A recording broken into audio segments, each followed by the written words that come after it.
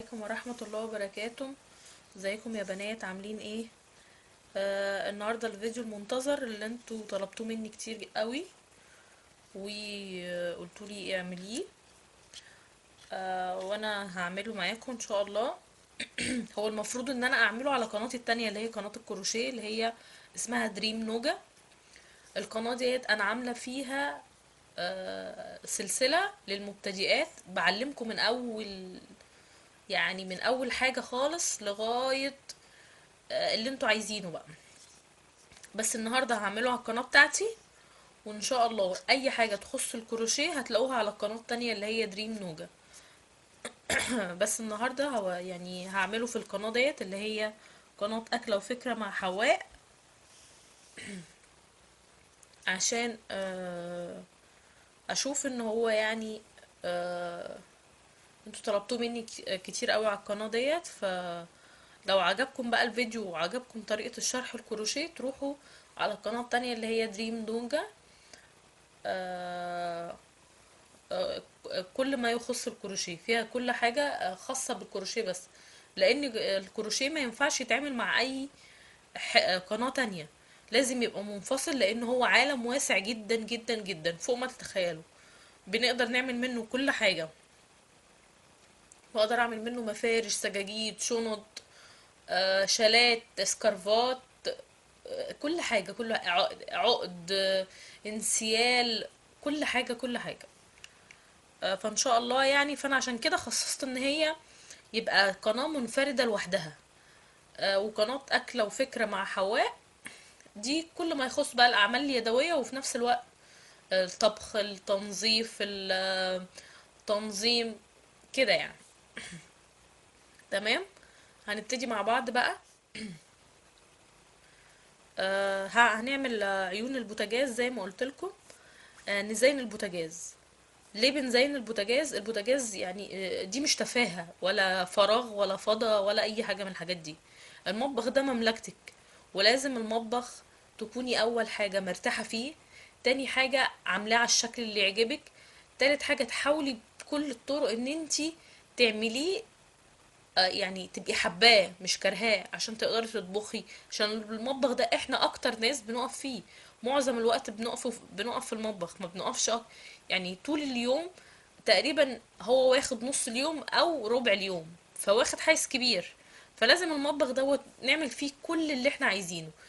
إن لو لقينا طريقة ترتيب سهلة نعمل طريقة ترتيب سهلة، لو لقينا آه طريقة تزيين نعمل طريقة تزيين، نعمل كل ما في وسعنا ان احنا المكان اللي احنا واقفين فيه ده نخليه جنة على قد ما نقدر ونكون حابينه. نبتدي بقى مع بعض. هنعمل عيون البوتاجاز. طبعا هنجيب الخيط. انا الخيط بتاعي دوت لونه احمر، عشان المطبخ بتاعي احمر في اسود والبوتاجاز بتاعي اسود، فانا هعمله احمر. انت تقدري تعمليه لون المطبخ بتاعك او تختاري الالوان الخيط اللي انت محتاجاها. وبعدين هنجيب الابره، مقاس الابره. الخيط بتاعك لو رفيع، ده الخيط بتاعي رفيع، بص رفيع قوي، فعامله 3 فتلات مع بعض. الخيط بتاعك لو رفيع ممكن تعملي فتلتين، ممكن تعملي لو تخين تخليه زي ما هو فتله واحده بس. ونختار مقاس الابره اللي يناسب للكروشيه. تمام. وبعدين هنعمل عقدة البداية. انا عقدة البداية بربطها كده عشان بتسهل عليا اكتر ما بتفك. وبنعمل ايه بقى؟ بنعمل سلسلة مكونة من 1 2 3 4 5، 5 سلاسل. وبعدين بنشبكهم في بعض بمنزلقة. عملنا دايرة. نبتدي بقى الأول نطلع ب3 سلاسل بمثابة عمود، وبعدين ندخل نعبي الدايرة دي من جواها نعمل عمود. ادي اول عمود، وتاني عمود، ونفضل نعمل كده نملى الدايرة دي كلها لغاية ما تنقفل. انا مش هقول لكم عدد معين. ليه؟ لان كل واحد يختلف في عين البوتاجاز بتاعته. انت بتخلعي عين البوتاجاز كده وتحطيها قدامك وتفضلي تقيسي. احنا هنفضل نعمل دايره. معلش الكاميرا وقعت. احنا بنفضل نعمل دايره. بنفضل نعمل دايره لغايه على قد المكان بتاعنا، لغايه اما تيجي على قده ونقفله. تمام، وهوريكم ازاي بنقفل عليه. آه، تمام. هنفضل بقى نغطي الدايرة دي كلها، نعمل عمدان جوه الدايرة، جوه الدايرة لغاية اما نقفلها خالص، وتبقى كلها، كل الدايرة دي اللي هي الفتحة دي كلها نعمل فيها عمدان. العدد بقى اللي يعني بدون عدد. تمام. خلاص قفلنا الدايرة، بنيجي هكمل وارجع لكم تاني عشان ما ماخدش من وقتكم، عشان الفيديو يعني ما يطولش معايا. هكمل انا، هقفل الدايرة وارجع لكم تاني ان شاء الله. اهو عملت جوه الدايرة عمدان عمدان، فاضل عمودين كده معايا اهو. بدخل جوه الدايرة، بعمل عمود سهل جدا.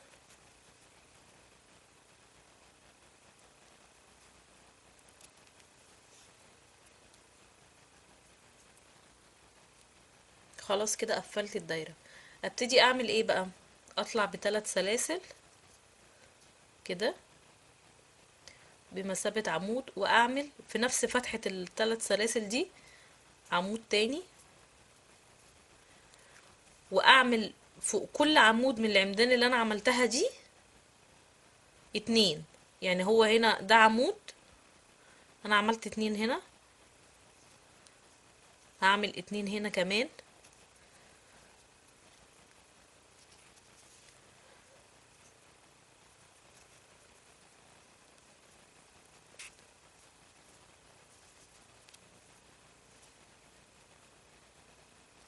فوق كل عمود هعمل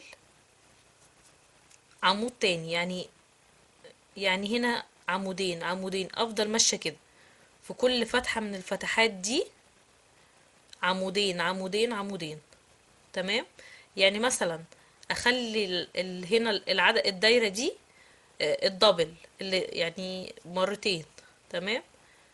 ادي عمود، نعمل عمود تاني، نفضل ماشيين بالتسلسل ده. ادي عمود تاني،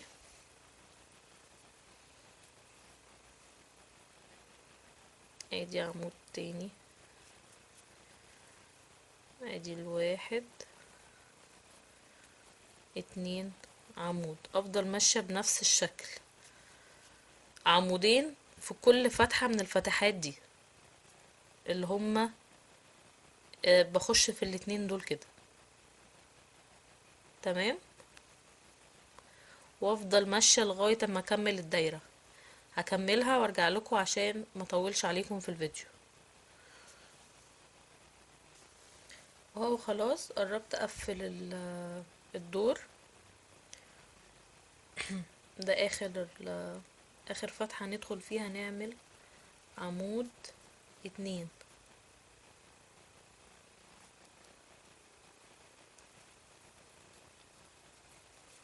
وبعدين نقفل بمنزلقة. اهو بقت عندنا دايرة، وبعدين واحد اتنين تلاتة، وبعدين ندخل في الفتحة اللي احنا عملنا فيها برضو الثلاث سلاسل اللي هو بمثابة عمود، نعمل فيها عمود. بس الدور ده بقى هنعمل عمودين، ونيجي في الفتحة اللي بعدين نعمل عمود عمودين عمود عمودين عمود. تمام. يعني احنا عملنا عمودين، نعمل عمود عمودين،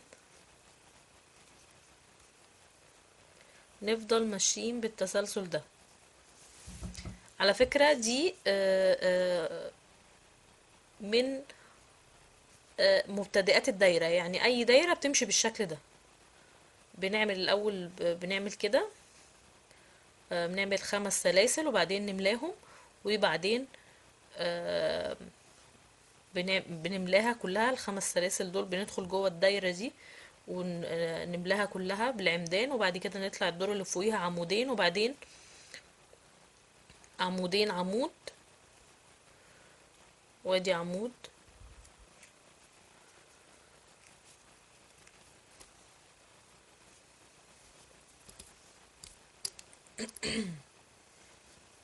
معلش الكاميرا بظبطها اهو، وبعدين نعمل تاني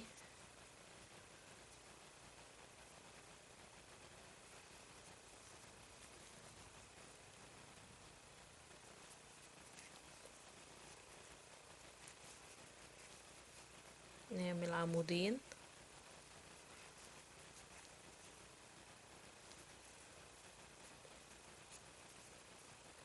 عمود،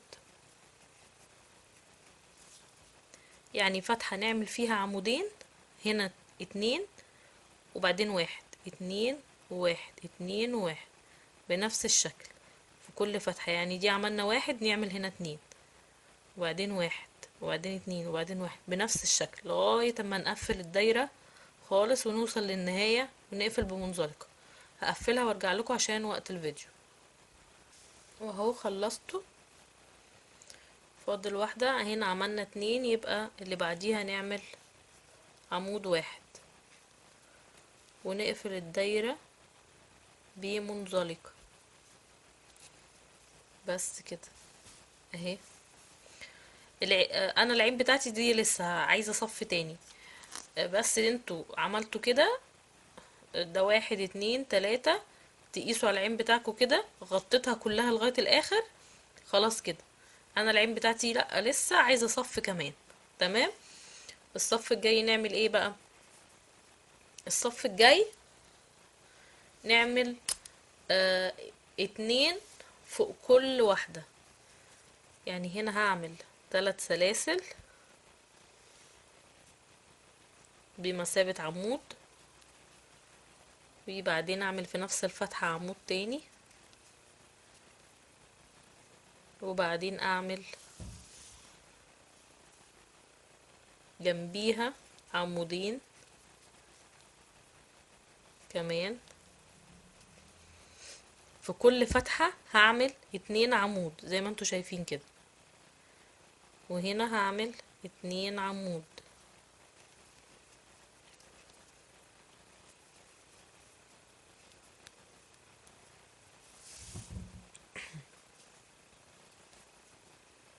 اهو، وهفضل ماشية لغاية الاخر. هقفلها وارجع لكم تاني. هعمل في كل فتحة هنا 2 عمود، يعني فوق كل عمود من ده اعمل 2 2. تمام. هقفلها وارجع لكم تاني. واهو خلصتها. هاجي اقفل اخر فتحة، احط فيها ادي 1 عمود، ادي التاني،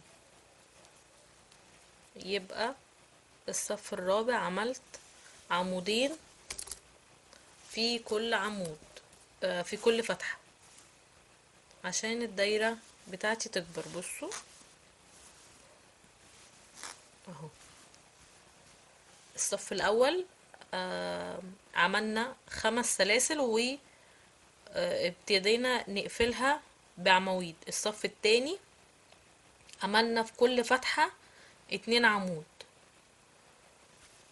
الصف التالت عمودين وعمود. الصف الرابع عمودين فوق كل عمود. تمام. وبس كده خلاص.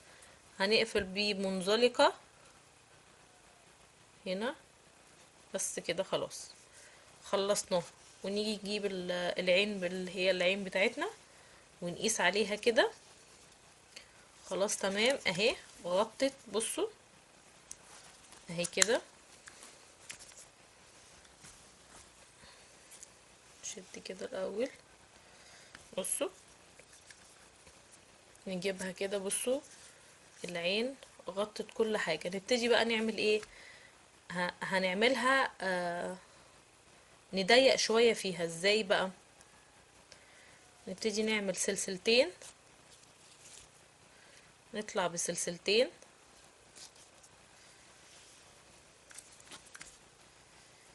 ادي،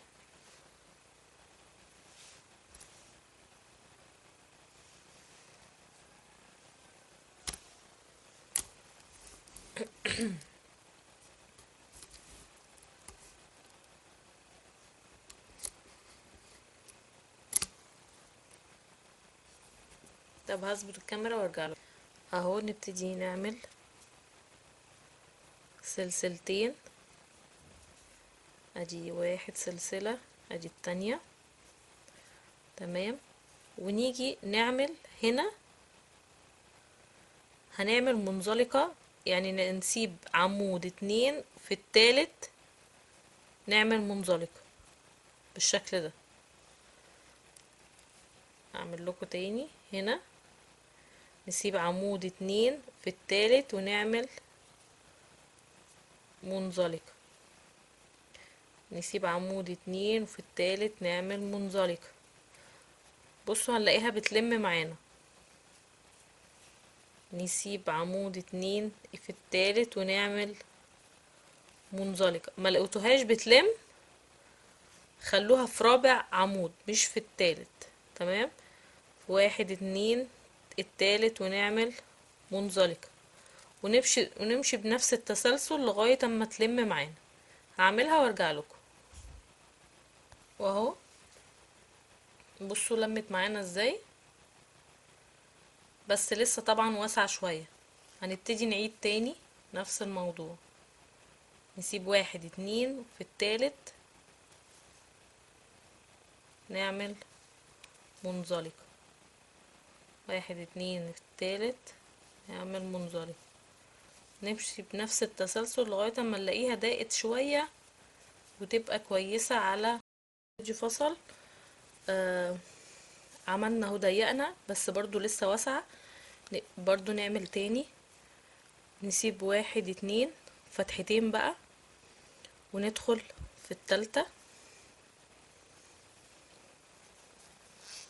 ونعمل منزلقة، ونفضل ماشيين لغاية اما تضيق معانا شوية عشان تدخل على العين بتاعتنا مظبوطة، تمام. هنفضل ماشيين كده لغاية اما نحس ان هي بقت كويسة وبقت مظبوطة معانا.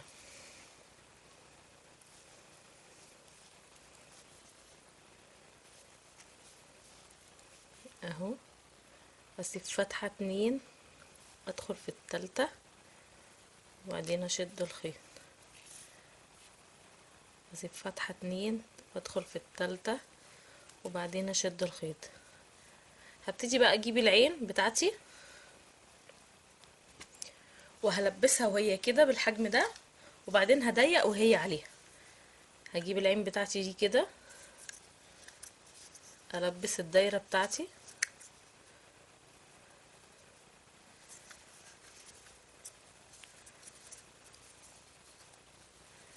وهضيق وهي عليها، وفي نفس الوقت وهي اما نيجي نفكها هقول لكم ازاي اما نيجي نفكها. طبعا هي كده مظبوطه وكل حاجه، بس انا عايزاها تبقى ضيقه شويه لان انا بتتحركي بيها كتير، فممكن الغطا يفلت منك، فمش هيضايقك بقى كل شويه تركبيه كل شويه تركبيه، فنضيق اكتر وهي عليها. برضو نسيب فتحه اتنين وندخل في التالتة ونسحب الخيط، نسيب فتحة اتنين ندخل في التالتة ونفضل ماشيين وهي راكبة فيها. واما نيجي نغسلها هقول لكم ازاي اما نيجي نغسلها نعمل ايه.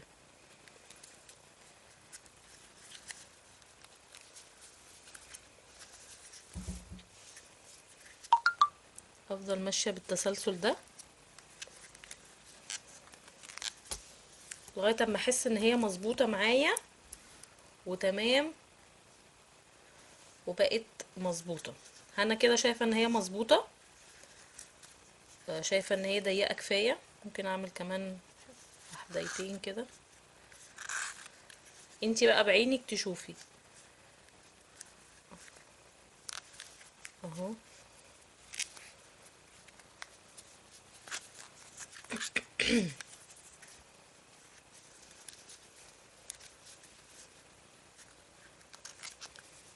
بس كده خلاص. ونعمل ايه بقى؟ نسحب الخيط كده،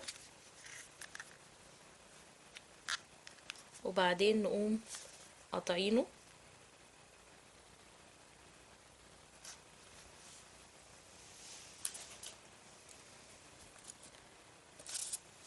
قاطعينه بالمقص، ونشد الخيط، والخيط دوت ما نقطعهوش، نحطه جوه. ليه؟ اما نيجي نعوز نفك نبقى عارفين ان دي النهاية، نفضل نفك منها ونكر الحتة ديت، وبعدين نقلع الغطا، وبعدين نغسله، وبعدين نركبه تاني بإبرة الكروشيه. وهي بتقعد فترة، آه بتقعد فترة يعني عقبال لما بتتوسخ. ما- بتقعد كتير يعني، شهور، ممكن 6 شهور او حاجة، او 3 شهور. بس كده. طبعا كده هي لسه ما خلصتش. بنعمل ايه بقى احنا؟ آه الوردة اللي هي بتبقى محطوطة فوقيها. الوردة دي بتبقى عبارة عن ايه؟ اخف لكم الزحمة دي شوية، نرجع ورا كده، نشيل العين دي ورا. بصوا، بنعمل عقدة البداية. تمام. وبعدين بنعمل 4 سلاسل، 1 2 3 4. وبعدين لا، ممكن نخليهم 5 سلاسل اهو. عملنا 5 سلاسل، وبعدين نقفلها بمنزلقة، وبعدين نيجي للدايرة اللي في النص. الاول حاجة هنطلع بعمود. استنوا ما نقص الخيط دوت عشان ما يضايقناش.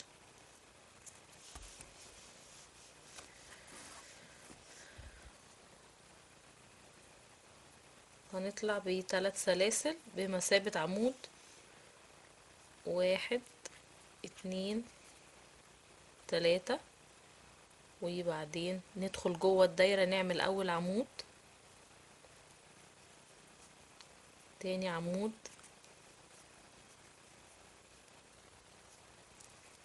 تالت عمود،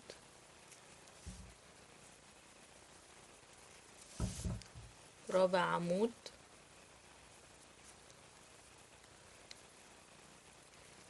خامس عمود اهو. وبعدين نقفل بمنزلقة تاني. 1 2 3. اول عمود، تاني عمود، تالت عمود، رابع عمود،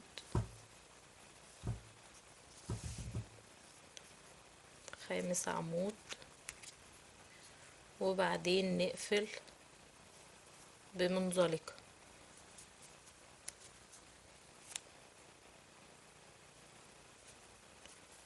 ونعمل كمان 1 2 3، 3 سلاسل. وبعدين نعمل 1 عمود جوه الدايرة، تاني عمود، قصدي تالت عمود، رابع عمود، خامس عمود، سادس عمود.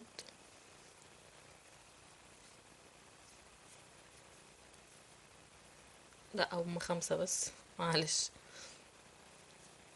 تمام. ادي كده 5 عمدان بنقفل بيه منزلقة. ادي كده اهو معانا 3 افرع. بنضيق كده، بصوا بنشد كده، وبعدين نعمل 1 2 3، وبعدين اول عمود، تاني عمود،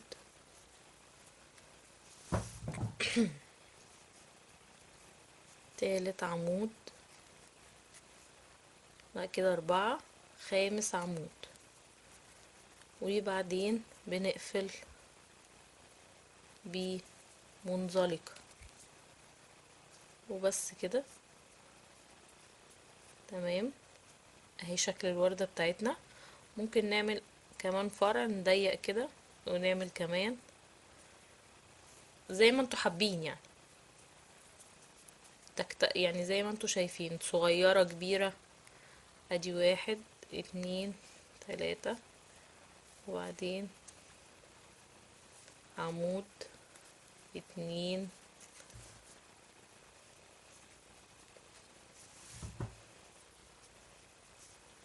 3،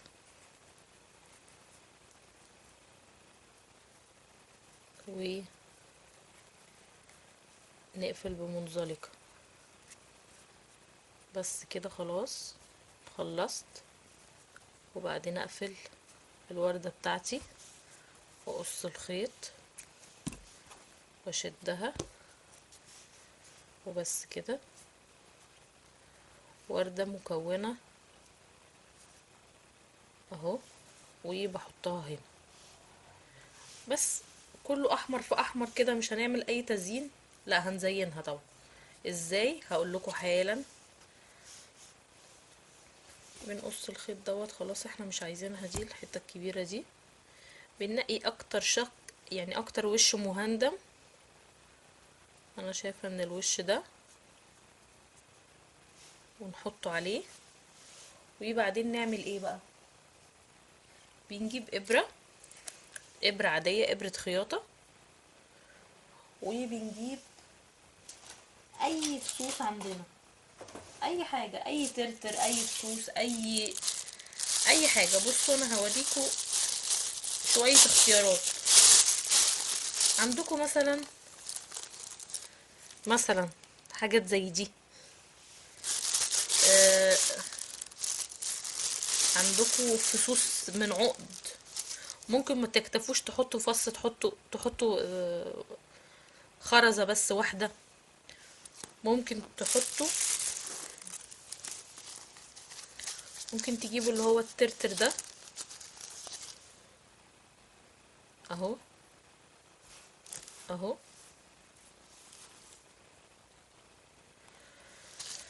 ويتمطوروه كده. انا بصراحة هعمل بالترتر ده ليه؟ عشان لونه ابيض، فيدي شكل شوية. وهحط فص صغير في النص، اللي هو لولاية كده صغيرة في النص. هجيب الخيط اللي انا كنت بخيط بيه، بس هجيبه مفرد صغيرة كده، فتلة. وهجيب الابرة بتاعتي والضمها عادي بكل بساطة.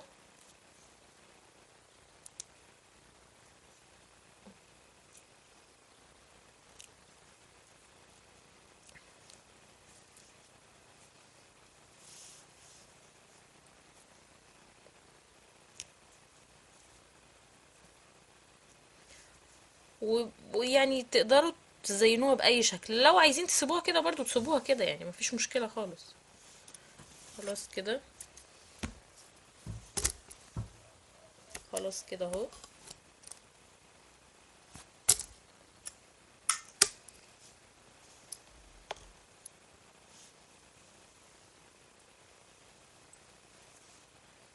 وادي الابرة بتاعتنا.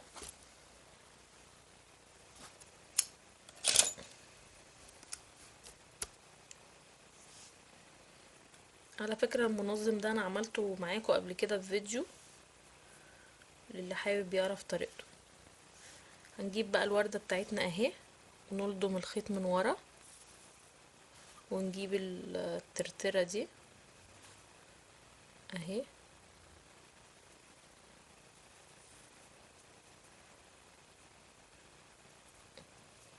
وبعدين نيجي للحتة الجنب التاني بأي شكل تحبوه، تقدروا تزينوه اي حاجة عندكم تكسر اللون بس يعني، او تعملوا الوردة نفسها بلون تاني. يعني انا ممكن اعمل الوردة نفسها بلون ابيض او لون تاني، بس انا بصراحة مش حابة اعملها بلون ابيض عشان طبعا هتتوسخ وهيبقى شكلها مش حلو بالبوتاجاز، لان ايدي وكده مع الاستخدام. فانا شايفة ان انا زينها هتوفر عليا اكتر من ان انا مثلا احط. انا ممكن اعمل وردة بيضة بس شايفة ان هي هتتوسخ يعني. انتوا بقى ممكن تزينوا، ممكن انا المطبخ بتاعي مثلا احمر في اسود، يعني ما ينفعش اعمل لون تاني، ما عنديش اي اختيارات. انتوا بقى ممكن تعملوا مثلا لو المطبخ بتاعكم فوشيا، لو المطبخ بتاعكم الوان تانية، لو المطبخ بتاعكم زيتي تنقوا مثلا زيتي فاتح وزيتي غامق. كده خلاص خلصت. اجي بقى ابتدي من هنا عشان احط الترترة دي اللي هي في النص اهي، واحطها. وانا ايه ابرة رفيعة عشان التطريز لازم ابرة رفيعة.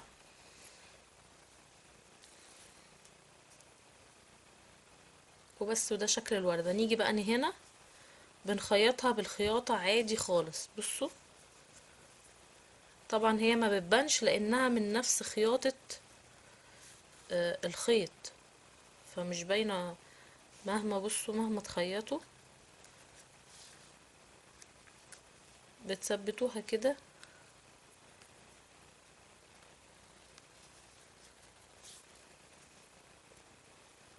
وما بتتخلعش ولا بيجرالها اي شيء.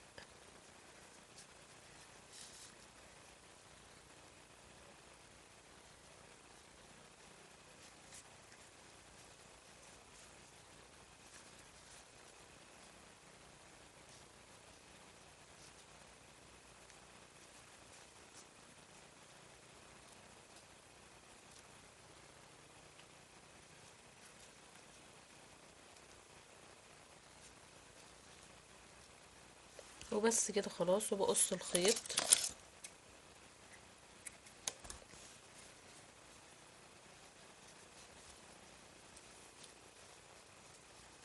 وبس. وده شكلها، شكل الوردة. وابتدي بقى اركبه في عين البوتاجاز. الايد بقى اللي هي الطويلة اللي هي بنمسك منها الفرن ازاي. الايد الطويلة دي بتعمله، هقول لكم حالا دلوقتي. الايد الطويلة اللي هي بتاعة الفرن بنشوفها، بنقيس على مقاسها وبنعمل حوالي ادي عمود، اتنين تلاتة اربعة، 4 صفوف. بس ده عمود بلفتين، يعني ده عمود بلفة واحدة وبعدين عمود بلفتين، والباقي نفس الموضوع. ممكن تعملوها عمود بلفة واحدة يعني زي ما انتوا حابين، وتعملوا صف 2 3 4 عشان تتني على الايد كده. تمام. وبعدين تيجي تعملوا ورد بس اكبر من الوردة دي، طبعا دي صغيرة. تعملوا ورد كبير شوية وتزينوه برضو، تزينوه بلولي او كده، وبعدين تخيطوه من ورا بكل سهولة. وبعدين تقفلوه على الايد. انتوا بتقفلوه على الايد وانتوا واقفين، دي بقى بتتقفل لازم تقفلوه على الايد وانتوا واقفين. تمسكوا الخيط كده، بس بتقفلوها بخيطة واحدة بس عشان لما تعوزوا تفكوها تاني. وفكتها بكل سهولة عشان اغسلها. وبعدين تجمعوا دي مع بعض وبعدين تخيطوا تخيطوا تخيطوا بكل سهولة. بس كده. والوردتين والتلات وردات دول بيبقوا على الايد كده من بره كده اهو. بس يا رب يكون الفيديو عجبكم، ومعلش طولت عليكم بس هو بياخد وقت شوية. واللي ما بيعرفش يعمل كروشيه على فكرة سهله جدا ان انت تعمليها بالقماش. برضو تعملي الحته ديت، تقيسي المقاس وتعمليها وتتنيها وتخيطي، والحته ديت تعملي دايره، تقصي حته قماش على شكل دايره، وبعدين تجيبي اللي هو الدانتيل او التل. لا اسمه دانتيل، ما اسموش تل، اللي هو الدانتيل اللي هو بنعمل منه حاجات البيت، ودانتيل كده حته صغيره، وتزينيها كده، وبعدين بتركبيها في العين. بس كده، ولا اكتر ولا اقل. تعملي تقصي دايره، وبعدين بتضمي بالخيط لغايه اما تبقى مدوره. يعني بقى ايه، مش دايره كبيره. يعني انت قصيتي دايره كده بتبقى واسعه مفتوحه، لا انت عايزه تضميها كده تبقى كده. بتقعدي تكشكشي تكشكشي تكشكشي، وبعدين تركبي الدانتيل، وبعدين تحطيها في العين. للي ما بيعرفش الكروشيه، واللي عايز يتعلم الكروشيه يشوف قناتي. يلا اشوفكم على خير، ما تنسوش اللايك والشير والسبسكرايب والدعوة الحلوة. اشوفكم على خير ان شاء الله. السلام عليكم ورحمة الله وبركاته.